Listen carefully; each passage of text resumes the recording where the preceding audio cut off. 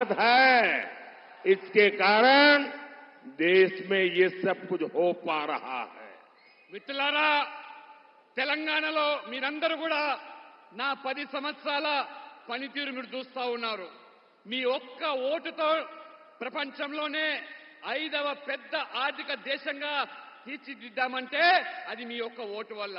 మీ ఒక్క ఓటు వల్ల ఇవాళ జమ్మూ కాశ్మీర్ భారతదేశంలో అంతర్భాగమని 370 ఆర్టికల్ రద్దు చేశామంటేనే అది మీ ఒక్క ఓటు వల్ల.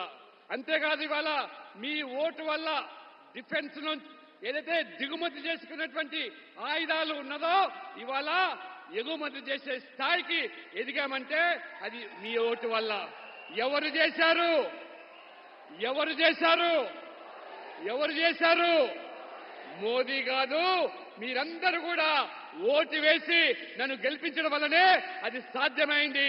అది మీ ఓటే అని చెప్పి ఈ సందర్భంగా మీకు తెలియజేస్తా ఉన్నాను.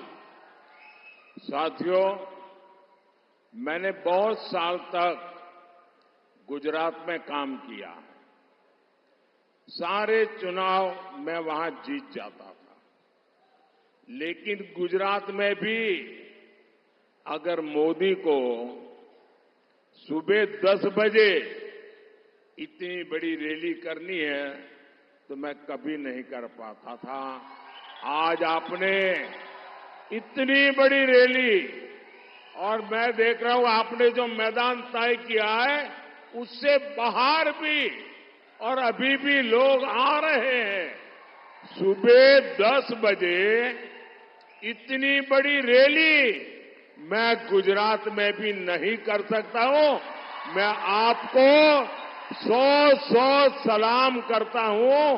आपने इतना बड़ा प्यार और आशीर्वाद दिया है। మిత్రులారా, నేను గుజరాత్ లో 3 సార్లు ముఖ్యమంత్రిగా పనిచేశాను. గుజరాత్ తో నాకున్న అనుబంధం మీ అందరికీ తెలిసిందే. కానీ ఇవాళ నేను చూస్తా ఉంటే ఆశ్చర్యం కలుగుతా ఉన్నది.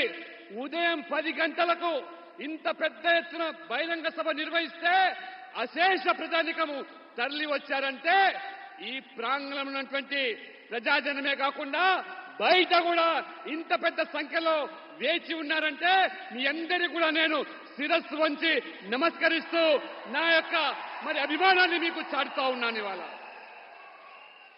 भाइयों बहनों, भारत में तेलंगाना में